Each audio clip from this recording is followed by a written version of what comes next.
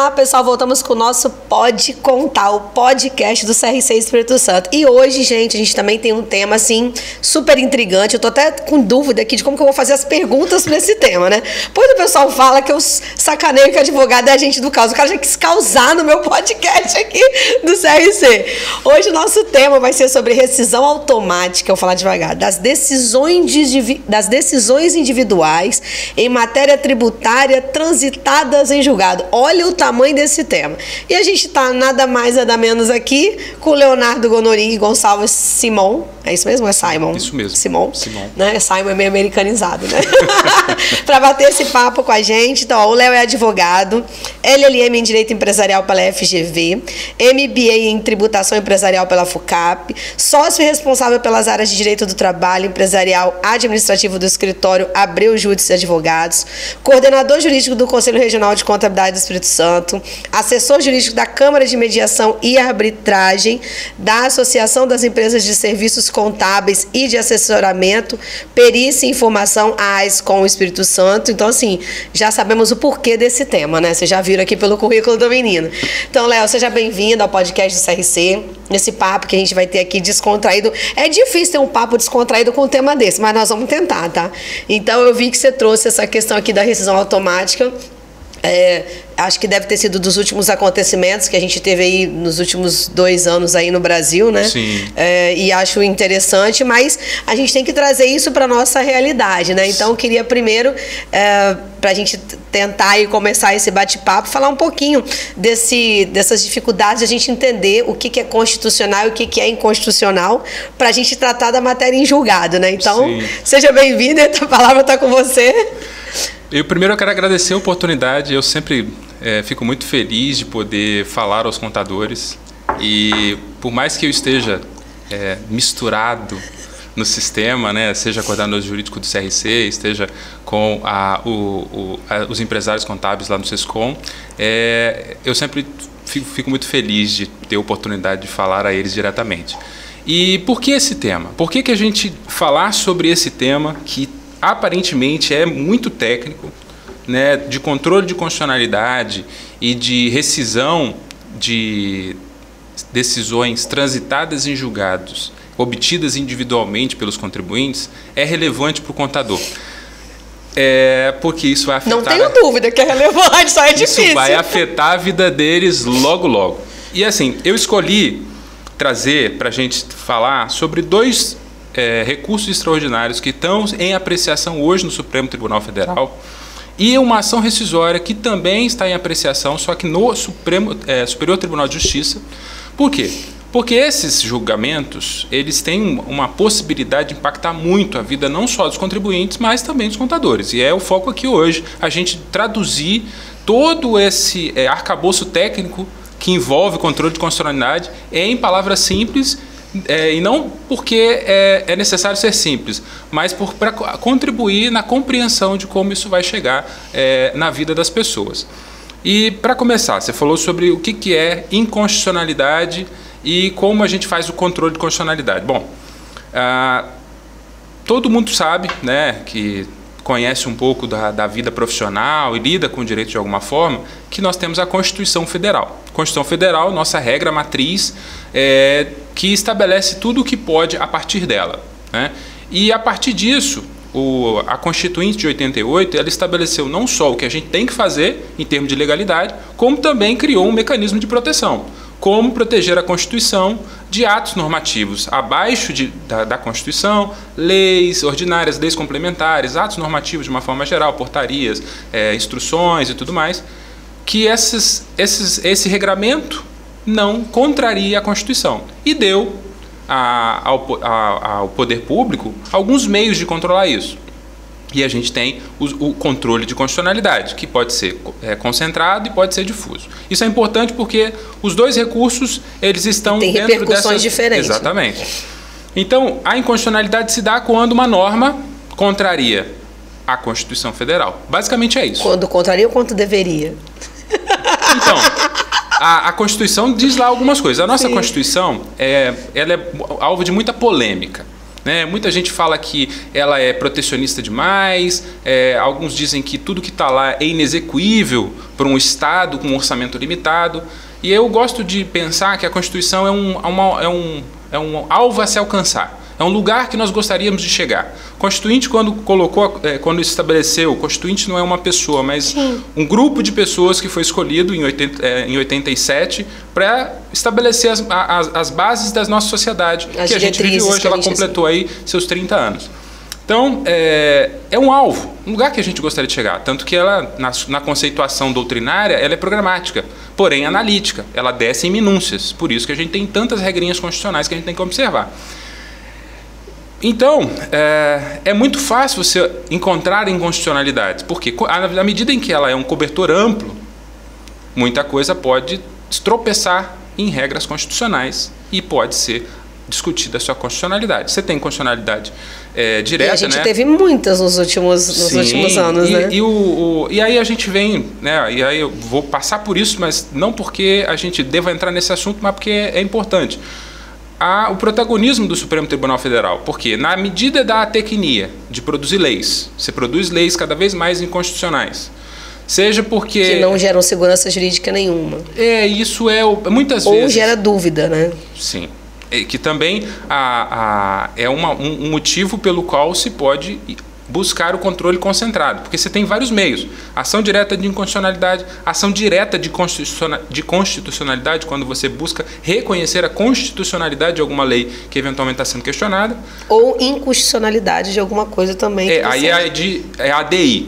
ADI, ADC, que é a de constitucionalidade, ADI de inconstitucionalidade, a ADO, que é a ação direta de inconstitucionalidade por omissão, quando o poder público deixa de fazer algo que deveria fazer, e isso gera o estado de inconstitucionalidade, e aí você pode buscar os legitimados, porque para essas ações de controle concentrado, não são quaisquer pessoas que podem utilizar esse poder. E essas são alguns ações legitimados. É isso que eu ia perguntar. Essas ações de ADI, ADC, ADO, quem pode fazê-las? É o contribuinte ou é o poder público? Não, aí você vai ter, por exemplo, partidos políticos, associações... respeitados alguns organismos mais... São alguns legitimados, Ministério Público Federal, a OAB, alguns legitimados, algumas pessoas elencadas na lei podem utilizar desse mecanismo de controle concentrado. Ao controle difuso, antes de mudar, dentro do controle concentrado você também tem a ADPF, que virou um coringa. Os partidos têm usado muito a ADPF para qualquer coisa, né? E ela tem se descaracterizado, essa é uma discussão que tem acontecido. E dentro do fenômeno de aumento do protagonismo do Supremo Tribunal Federal, e você tendo um veículo que é a ADPF, que permite várias discussões, casa, né? É a fome com a vontade de comer. Alguém que pretende atuar e está buscando alguém que provoque, e alguém que quer provocar para forçar uma movimentação. Então isso tem também umas relações que a gente vai ter que estudar isso muito, para às vezes talvez ajustar um pouco isso. Mas, pois bem, e para o controle de constitucionalidade difuso é quando nós, pessoas, seja ela qual for, qualquer nacional, qualquer pessoa no Brasil que decida discutir a constitucionalidade de uma lei que está prejudicando a ele pode fazer isso incidentalmente dentro de uma ação ordinária. Então eu vou ajuizar uma ação ordinária buscando a inconstitucionalidade de uma determinada lei que está me prejudicando, fazendo com que eu pague mais tributo. Normalmente na área contábil está ligado a tributo, né? Exatamente. Quando a gente tem, por exemplo, um ato da prefeitura que estabelece uma tributação, uma taxa, uma contribuição que viola a legalidade, distribuição dos poderes, princípio da legalidade estrita, você ajuiza uma ação ordinária ou um mandado de segurança, e questiona a legalidade e a constitucionalidade. Isso vai para os julgamentos. Isso pode ser declarado por um juiz, ele afasta a incidência, ele não pode declarar imediatamente, porque tem uma súmula vinculante que você tem que ser feito isso com um número específico do órgão colegiado, ou seja, ao tribunal, e aí isso vai ao tribunal, e o tribunal vai analisar isso com uma composição específica para declarar inconstitucionalidade. E aí, trazendo para a nossa área, Léo, isso vai passando por vai passando pelos tribunais, chega no STF e é julgado inconstitucional. E aí que a gente tem os efeitos, né? E aí é que onde as coisas começam a ficar interessantes. Vamos lá. Jura? Sim, aí é que a coisa complica, porque, por exemplo, no âmbito individual, no controle difuso, a inconstitucionalidade ela é declarada para você, no âmbito do que você pretendeu. Né? Exatamente. Pode ser que o seu recurso, ao chegar, por exemplo, ao Supremo Tribunal Federal, seja escolhido como um que representa que aí vai dar repercussão geral. Exatamente. Um universo de interesses comuns. Por exemplo, tem muitas pessoas que estão nessa mesma situação. E aí o Supremo tem vários processos em andamento e aí o Supremo fala, não, agora essa decisão de repercussão geral. Exatamente. Aí ele reconhece a repercussão geral deste caso, destaca ele dos demais, pode determinar a suspensão de todos os processos no Brasil ou não, isso é uma faculdade do relator, e analisa. E a decisão deste caso, ela vai afetar a todos os contribuintes no Brasil. Que estão na mesma situação ou que não estiveram ainda, mas podem estar. Exatamente. E aí vem os efeitos, que eu estava falando. Que uma decisão, seja ela no controle concentrado, seja ela no controle difuso, ela tem os seus efeitos. Ele pode ser para trás e pode ser para frente, o que costuma se dizer da modulação dos efeitos. Né? Então, por exemplo, eu tenho uma declaração de inconstitucionalidade que vai buscar a lei na origem. Vamos pegar um exemplo agora da incidência do imposto de renda sobre pensão, que o STF definiu que não tem que ter incidência. Sim. E só que o governo federal não mudou a lei ainda. No regulamento de imposto de renda está lá dizendo que há incidência. Então, na realidade, ela é de repercussão geral, porém tem que ter uma mudança da lei. Isso. Às vezes tem um espaço de tempo, porque tem um procedimento que ocorre. Quando uma lei é declarada inconstitucional, tem um ato do Congresso que determina que ela é inconstitucional, retira ela do mundo jurídico, e quando tem alguma determinação de alteração, isso tem às vezes um processo dentro da administração pública a fazer alteração. No caso do regulamento do imposto de renda, provavelmente vai ter que ser editado um decreto para poder corrigir. Enquanto isso a gente paga. Não. Efeito erga omnes, exceto se o efeito foi prorrogado no tempo. Por exemplo, porque o relator pode a Receita Federal não alterou ainda. E na declaração de imposto de renda, quando aparece lá, vai aparecer tributável. Pois é, mas aí a Receita... Porque o que acontece? Se a decisão foi publicada, não tem, eu não tenho certeza se tem ou não tem efeitos, porque eu não vi esse caso no acórdão. Mas, por exemplo, imagine que o relator disse que ela não tem modulação para frente, que, por exemplo, não prorrogou os efeitos para o ano de 2024, digamos. É um momento específico. Publicou, está produzindo efeitos. A partir daquele momento em diante não tem incidência. Não, é retroativo. Aí você tem direito de pedir os últimos 5 anos. Exatamente. Então, assim, tudo depende dos efeitos.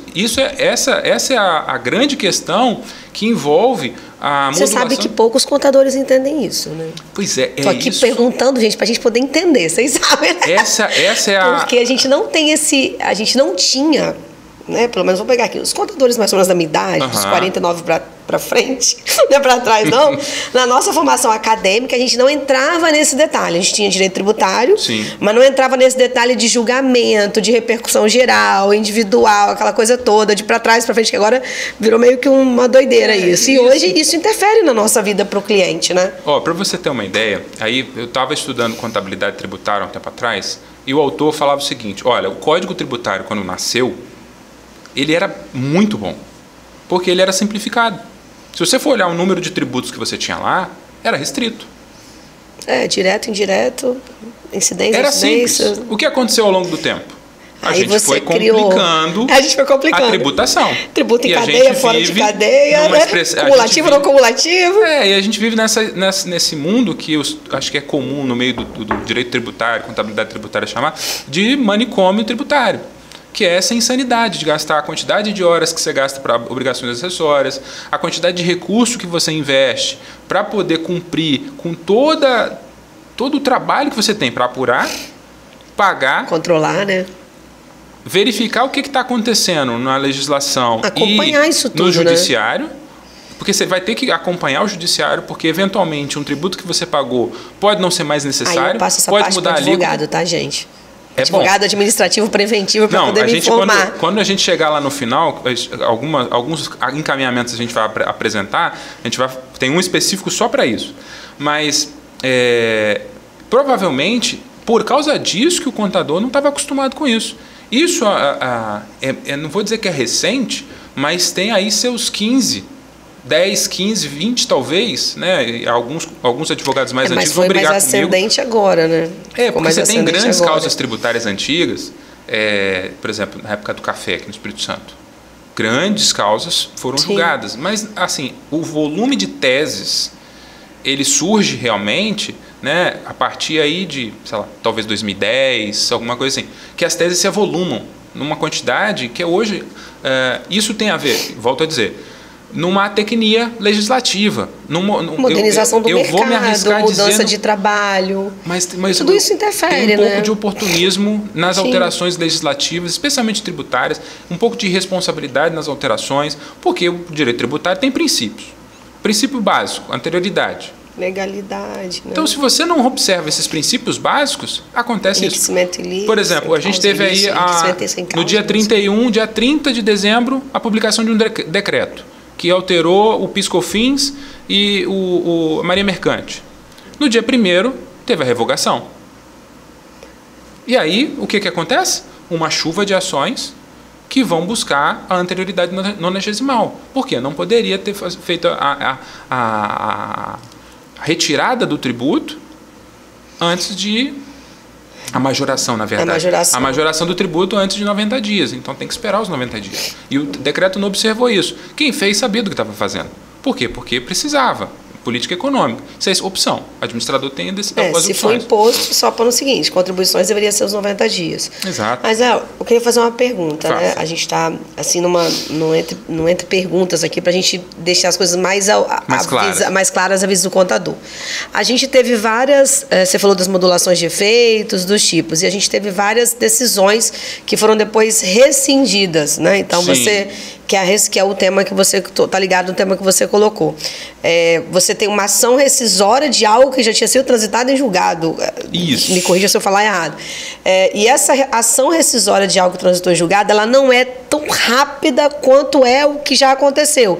E aí o contribuinte, os contadores, os advogados, tem aquele período que foi transitado em julgado, ela é de repercussão geral, aí houve uma alteração, de repente, já legislativa no município, por exemplo, município, que já se adequou à decisão, e aí depois ela é rescindida. Qual o reflexo, primeiro, né, para você falar de forma, no nosso linguajar, o que é, ou o que seria a rescisão de algo transitado em julgado, primeiro ponto, e segundo, qual é a atitude, qual a interferência que isso causa para os contribuintes? Porque o contador, nem sempre isso vai atingir ele de forma direta, vai atingir, claro, em dado momento, porque tudo a gente contabiliza, tudo a gente registra, então vai atingir em dado momento, mas não diretamente quanto o contribuinte, né? E nós precisamos saber para orientar, olha, saiu uma decisão agora, ela está meio no limbo, assim, do jurídico, mas é uma decisão, seria legal você procura seu advogado para ver que interferência causa, porque eu não entendo o efeito disso, mas em termos simplórios e práticos, qual a interferência disso para as pessoas? Isso é fundamental, porque a previsão da ação rescisória, e a ação rescisória nada mais é do que a possibilidade, dentro de um espaço de tempo, de que aquilo que foi obtido, imaginemos um exemplo, a Carla ajuizou uma ação, ela obteve uma sentença favorável. Ultrapassada toda a fase recursal, essa sentença foi mantida. E aí tem o trânsito em julgado, que é o prazo em que você pode recorrer, não há recurso, e aí certifica-se que aquilo que foi decidido não mais será alterado. E trânsito em julgado, teoricamente, acabou. Exatamente. Num prazo de 2 anos, de acordo com a legislação atual... É muito tempo isso. 2 anos, você pode estar sujeito a uma ação rescisória. Mas olha que loucura. E aí imagine que alguém... Você dorme e acorda com o negócio. É isso mesmo. Imagine que a parte que perdeu descobre que havia um documento, por exemplo... Ou um detalhezinho... Que um erro do juiz, um erro do processo, ou um fato novo que não era conhecido por nenhuma das partes que veio à tona. Depois, ela propõe uma ação rescisória e diz, olha, naquele julgamento deixou-se de observar isso, ignorou-se isso. E aí o processo pode ser... Aquela sentença pode ser rescindida para que novo julgamento seja proferido. E esse período? Dos 2 anos? Então, até que seja rescindida, vale o que foi julgado. Ah, tá. Não cancela, né? Não. Então seria só até por causa do princípio da anterioridade. Você não pode prejudicar o contribuinte. Se for para majorar, por exemplo. Na por verdade, exemplo. aí você vai estar preservando a coisa julgada, Tá. que é um princípio constitucional junto com a segurança jurídica. Então, as partes precisam têm o direito de ação, elas têm o direito de acionar o judiciário para ver suas demandas enfrentadas, Tá. mas também tem o direito de ter paz. Ou seja, você pode ajuizar a ação, mas você também, se não ajuizar, eu não posso ficar eternamente... E eu posso ir na onda do julgamento? Porque, o que eu quero dizer? A Carla entrou com uma ação, ganhou, foi transitado e julgado. O Léo tem a mesma situação, que é a repercussão geral. E aí o Léo fala, olha, eu vou me obter daquele benefício também. E eu vou me enquadrar aqui também. Isso pode acontecer quando é de repercussão geral? Eu posso entrar numa decisão já transitada em julgado? Porque é o que eu te falei, igual, por exemplo, da Receita. Não teve uma alteração de lei. Então, muita gente nem sabe que isso aconteceu. Então, a decisão com repercussão geral, transitada e julgada, qualquer cidadão pode se valer dela. Até Entendi. que ela seja suspensa, rescindida, novo julgamento, alterando aquele entendimento seja feito. Não havendo nenhuma dessas hipóteses, decisão em repercussão geral, transitado e julgado, Todo mundo tem direito. Pode usufruir. E por que os órgãos públicos, quando tem uma decisão, falam que tem que esperar o acórdão? É porque, por exemplo, tem uma distância Vou te dizer por que eu estou perguntando Ah. isso. Teve uma decisão do ITBI, da modalidade de cálculo da avaliação do bem. Sim. Né? E aí a gente começa a ter vários processos em prefeitura, das câmaras de recursos fiscais, né? Que vai contra o contribuinte, porque a Câmara ela tem mais a gente do órgão público do que da área privada, né? Apesar de ser mista. Mas já tem uma decisão do STF que diz que tem que ser daquele jeito. Aí a prefeitura fala, não, mas a gente está esperando o acordo. Sim. Mas já foi transitado em julgado. Aí é onde... Não transitou. Porque se não publicou o acordo, não transitou em julgado.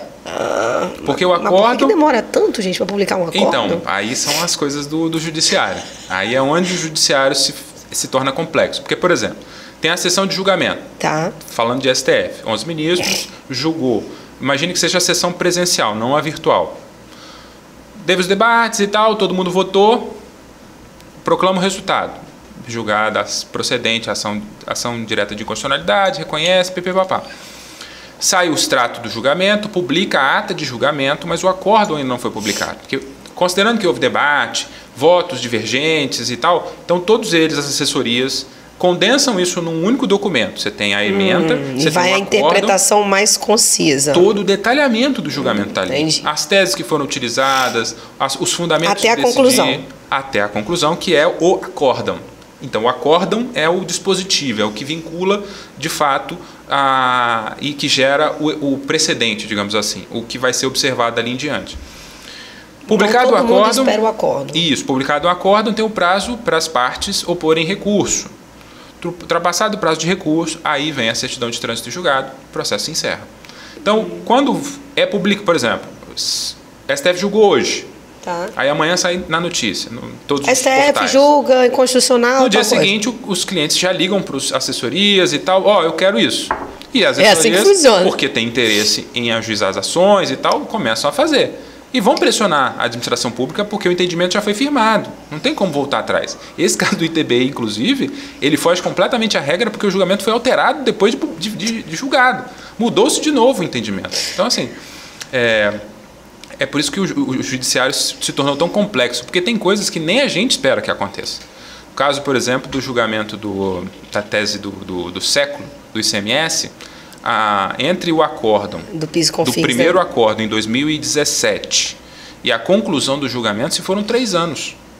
Publicou o acórdão, teve o recurso de embargo de declaração da União para saber como seria esse julgamento, os efeitos e tudo mais, e só depois de 3 anos é que foi julgado o desembargo de declaração. Então, assim, nesse tempo, muita coisa aconteceu.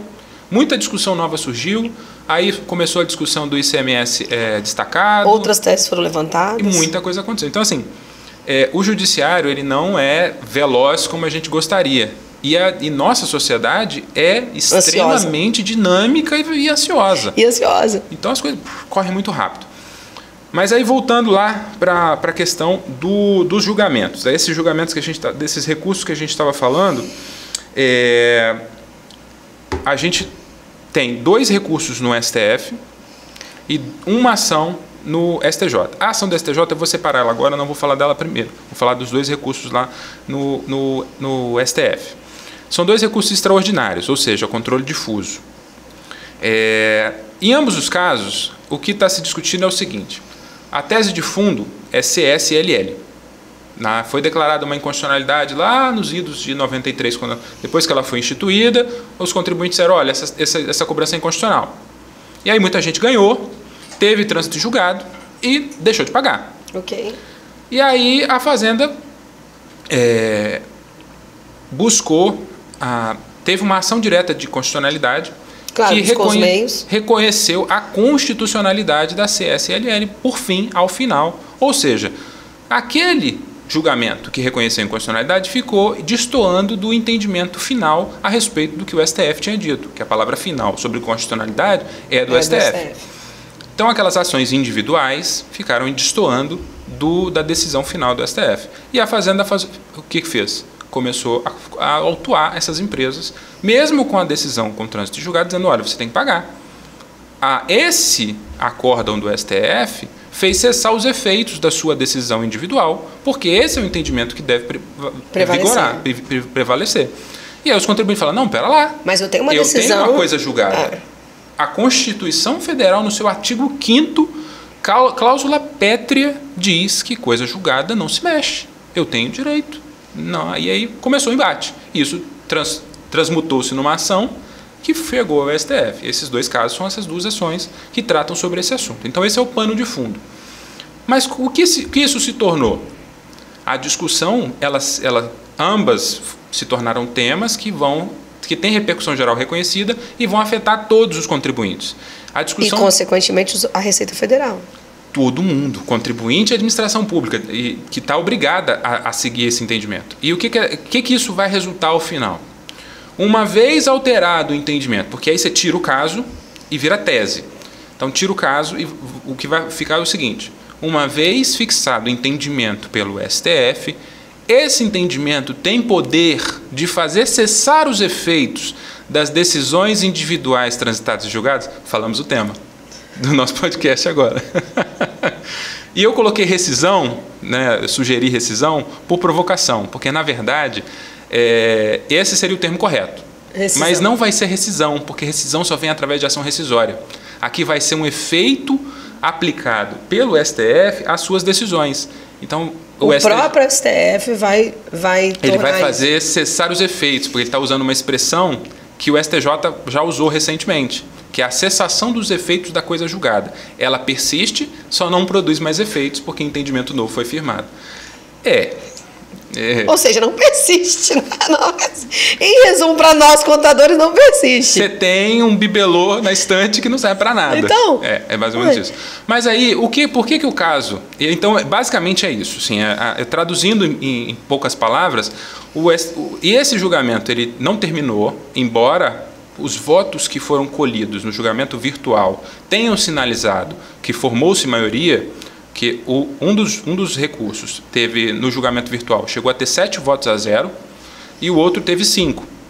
Só que foi pedido destaque para que seja julgado em plenário presencial, para que os debates sejam feitos, porque a sociedade precisa debater isso. E o valor é alto, né? Não, e a discussão ela muda profundamente a dinâmica, porque até então o contribuinte tinha certeza de que, uma vez discutido individualmente, ele teria essa decisão para sempre. Porque, na verdade, com todo esse entendimento, pode mudar tudo. A dinâmica muda completamente, as relações das empresas com os escritórios de advocacia. Ele não vai perder naquele período, né?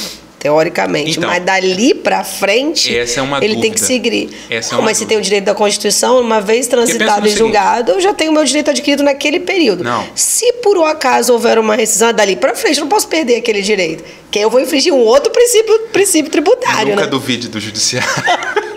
Então, uma das preocupações que os advogados estão tendo é a seguinte: imagine que essa coisa julgada foi obtida em 2013, por exemplo.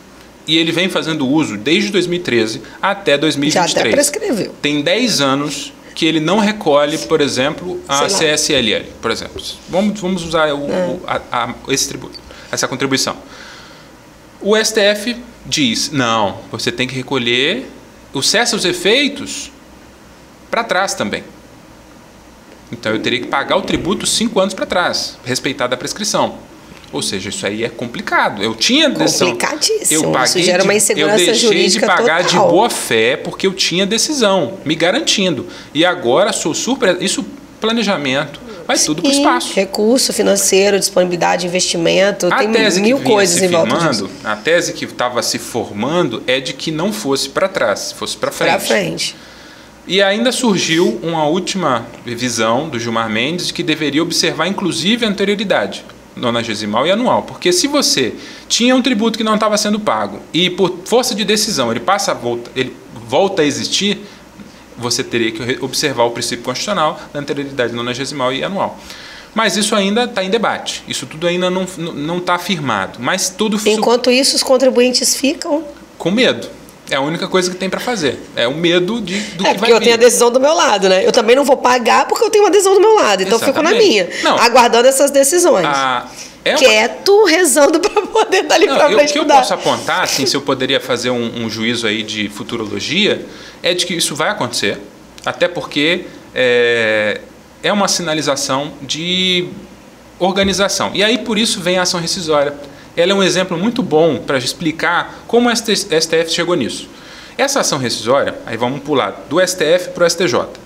Essa ação rescisória ela foi proposta por conta de uma decisão que o Sindicato das Empresas que trabalham com o comércio exterior lá de Santa Catarina obteve para não pagar o IPI importação dos produtos importados. Né? Porque uma vez você importa um produto, ainda que você não tenha... Eles pediram ação rescisória. Ainda que você não faça o processo de industrialização, você tem a previsão de incidência do IPI.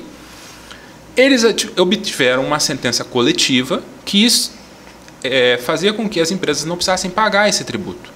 Porém, todo o resto do Brasil se mantinha na obrigação de pagar. Isso gerou o quê? Empresas concorrendo no mesmo mercado. Sim, aí você beneficiava as empresas de Santa Catarina, com certeza. A fazenda. Porém, na época em que ela obteve, não tinha entendimento firmado a respeito do que era constitucional ou inconstitucional. Posteriormente, tanto o STJ quanto o STF reconheceram a constitucionalidade do IPI na revenda, IPI importação na revenda. Ou seja, tem que pagar. Os tribunais superiores reconheceram que o tributo é devido, sim, embora a decisão transitada de julgado individual do sindicato dissesse o contrário. A Fazenda, dentro do prazo da rescisória, recorreu, ajuizou uma ação rescisória buscando rescindir esse acordo, porque não poderia o sindicato se manter dentro de um benefício fiscal que desequilibrava o sistema e contrário a uma decisão em controle de constitucionalidade e que tem efeito para todos. Só que havia a súmula 383 no STJ. Súmula, só para explicar, é a sintetização de um entendimento tomado em vários processos. Vem decidindo várias vezes no mesmo sentido. Aí tem um resuminho ali, né?